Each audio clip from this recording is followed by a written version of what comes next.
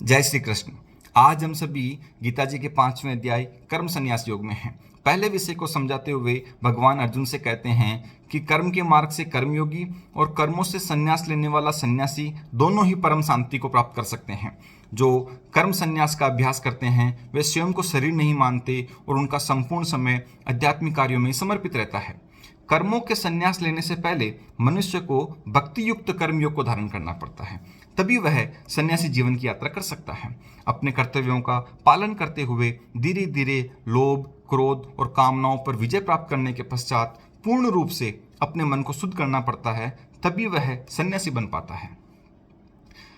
कर्म सन्यासी अपने संपूर्ण कर्तव्यों का त्याग करने के पश्चात अपने मन को पूर्ण रूप से भगवान में नहीं लगा पाता, तब वह कहीं का नहीं रहता। दूसरी ओर कर्मयोगी लौकिक और धार्मिक दोनों ही प्रकार के कर्तव्य कर्मों को करता है।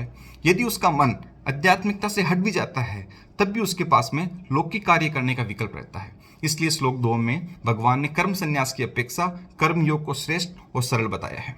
श्लोक 11 में दूसरे विषय को समझाते हुए भगवान कहते हैं कि दोनों ही योगी जन आसक्ति को त्याग कर केवल अंतःकरण की शुद्धि के लिए कर्तव्य कर्म करते हैं।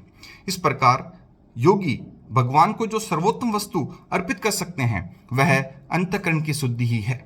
अंतःकरण की शुद्धि ही आत्मा की स्थायी संपत्ति होती है जो अगले जन्म में साथ जाती है। इसलिए मनुष्य जीवन की सफलता और असफलता अंतःकरण की शुद्धि के लिए किए गए प्रयासों की सीमाओं द्वारा निर्धारित होती है।